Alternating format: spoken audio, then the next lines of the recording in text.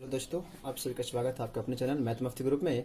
आज देखते हैं हम लोग क्लास 9 का अध्याय 7 एक्सरसाइज 5.1 का 4 नंबर क्वेश्चन। हमने फॉर इस सवाल 3 नंबर का ये क्वेश्चन 3 नंबर का है। ठीक है, क्वेश्चन ये 3 नंबर का है। ये क्वेश्चन 3 नंबर का हम लोग एक और 2 का वीडियो पहले हम लोग बना दिए हैं। अब देखते हैं हम लोग 3 नंबर का क्वेश्चन। ठीक है, एक रेखाखंड ए बी पर एडी और बीसी दो बराबर लंब रेखाखंड है। आकृति 5.1 में दर्शाइए कि सीडी रेखाखंड ए बी को समद्विभाजित करता है। ठीक है, चलिए गौर करते हैं हम लोग।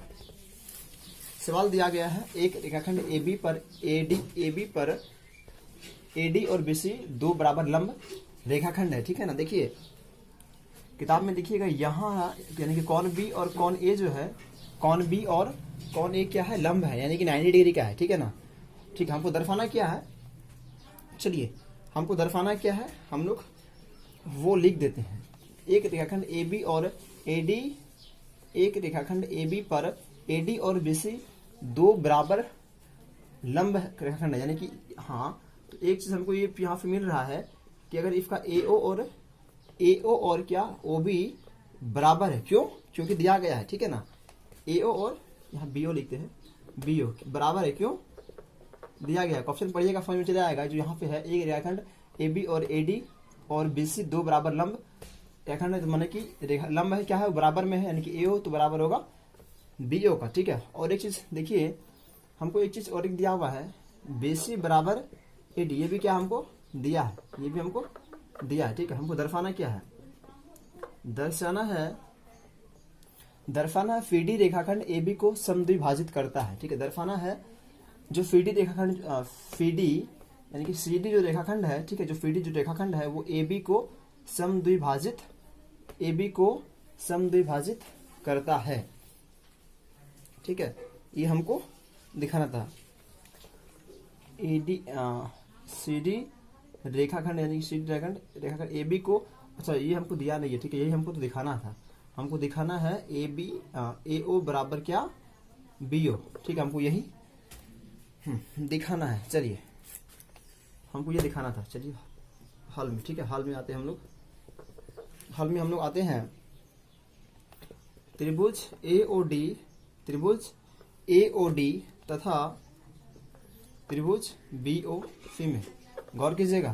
त्रिभुज एओडी और त्रिभुज बीओसी में, और एक बात, ये हमको दिया गया, हमको ये दर्शाना था। ठीक है, हम गलती से लिख दिए थे कि हमको दिया गया है एओ बराबर बीओ, हमको क्या करना है, हमको प्रूव करना है। ठीक है ना, एओ बराबर बीओ होता है।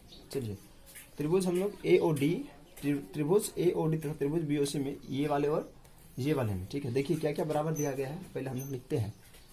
एओडी में क्या हम बोल सकते हैं, एओडी में अगर हम मानेंगे कौन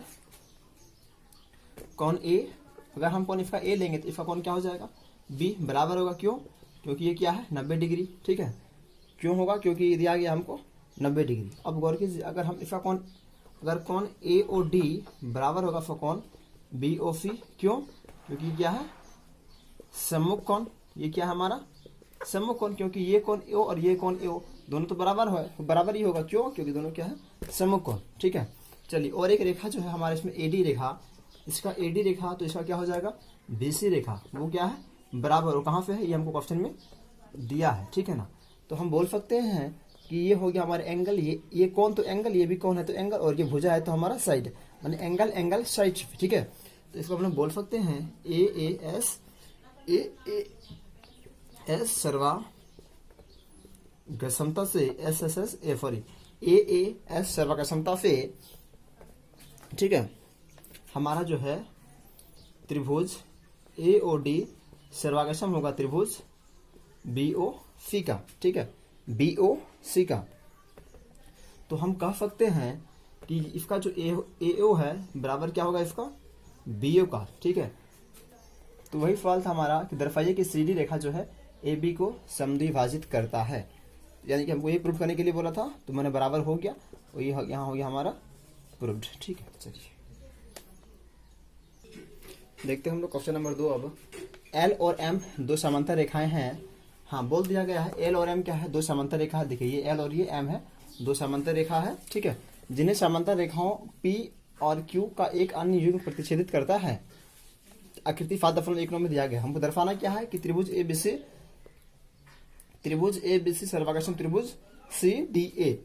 गौर कीजिएगा, देखिए यहाँ पे ए बी सी और सर्वांगासन त्रिभुज सी डी ए। तो इसी को हम लोग क्या किए, अलग अलग कर दिए, ठीक है ना। इसको क्या किया हमने, दो भागों में बांट दिए, इसको ए बी सी और इसको सी डी ए, ठीक है। चलिए हमको प्रूफ क्या करना है, प्रूफ करना है त्रिभुज जो है ए बी सी और सर्वांगासन होता है त्रिभुज इसका सी डी ए का। गौर कीजिएगा, इसका कौन ए और इसका कौन ए, यहाँ कौन सी, यहाँ भी कौन सी, और ये क्या है, बराबर है। तो हम लोग एक अनुमान लगा लिए है कि ये हमारा कौन और एस, यानी कि ए एस से का 45 होना चाहिए, ठीक है ना। चलिए देखते हैं हम लोग। हाँ तो त्रिभुज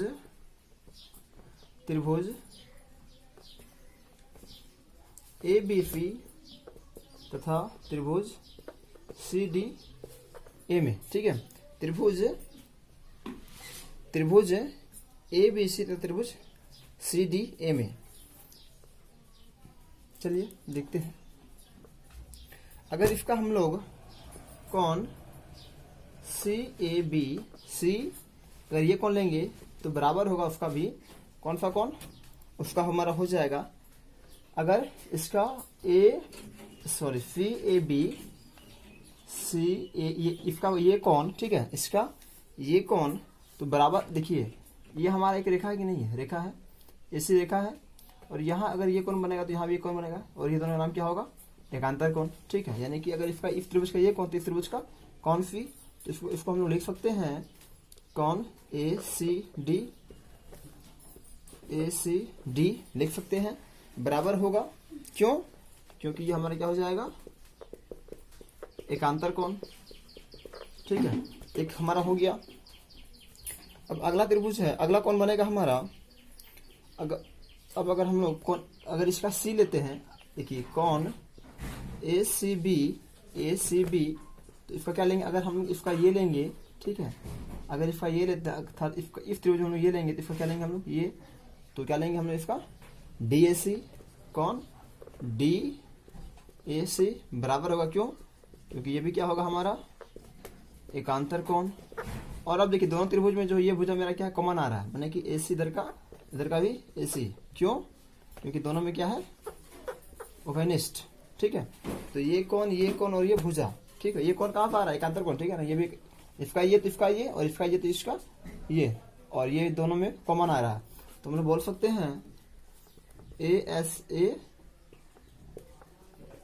सर्वांगसमता से त्रिभुज ए बी सी सर्वांगसम त्रिभुज सी डी ए, और ये हो गया हमारा प्रूफ्ड, ठीक है। देखते हैं हम लोग सवाल नंबर 5 है, रेखा एल कौन ए को समद्विभाजित करती है। रेखा एल जो है वो क्या करता है, कौन ए को समद्विभाजित करता है, और बी रेखा एल पर स्थित कोई बिंदु है, बीपी और बीक्यू के कोण ए की भुजाओं पर बी से डाले गए लंब हैं। आकृति 5.20 में दर्शाना है हमको, त्रिभुज ए बी पी दर्शाना है, ठीक है। एक नंबर में क्या दिया गया है, त्रिभुज ए बी पी सर्वांगसम त्रिभुज A Q B. A P B त्रिभुज जो है वो सर्वांगसम किसका होता है, त्रिभुज ए क्यू बी का। तो दूसरा में है कि बीपी बराबर होगा बी क्यू। जब हमारा अगर मान लीजिए ये निकल जाएगा तो सारा तो बराबर हो जाएगा, इसमें कोई दिक्कत नहीं है, ठीक है ना। तो सबसे पहले हम क्या करेंगे, इसको निकालते हैं, ठीक है, गौर कीजिएगा। हल त्रिभुज क्या बोला गया है वही लेते हैं हम लोग, ए बी पी तथा त्रिभुज ए क्यू बी में, ठीक है, ये ले लिए हम लोग।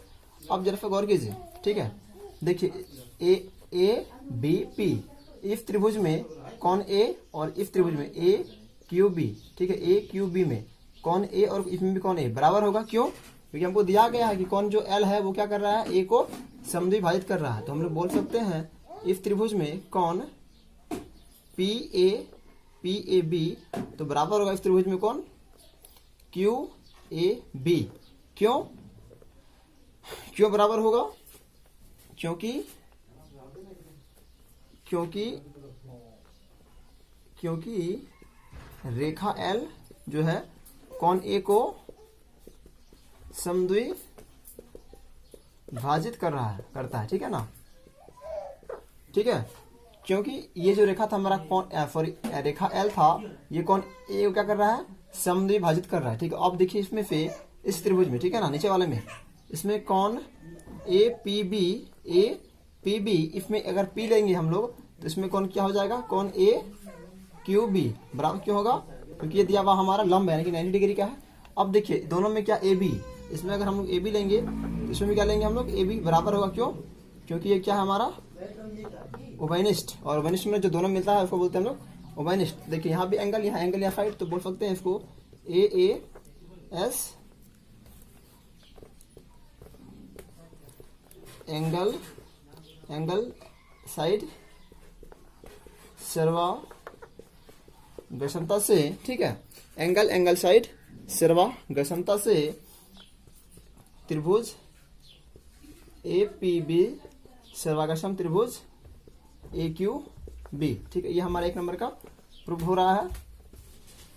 अब 2 नंबर में पूछा गया था कि बीपी बराबर बी क्यू है। ठीक है, बीपी बराबर बी क्यू है, तो हम लोग बोलेंगे ए पी बी सर्वागक्षम त्रिभुज ए क्यू बी है। कहाँ पे है ये, अभी हम लोग इसको प्रूव किए, तो बोल सकते हैं इसमें कि बीपी या फिर पीबी, बात तो एक ही है, बीपी या फिर यहाँ पे क्यू बी। ठीक है, तो इसको हम लोग उल्टा लिख सकते हैं, कोई दिक्कत इसमें नहीं है, बीपी और बी क्यू बराबर होगा। ठीक है, और ये भी हमारा यानी क्या प्रूव्ड हो रहा है। ये किस प्रूव्ड हो गया, क्योंकि जब हमारा त्रिभुज फरागसम है, पहले ही बोल दिया है, जब त्रिभुज फरागसम होगा तो उसका संगत भाग क्या होता है, बराबर होता है। ठीक है।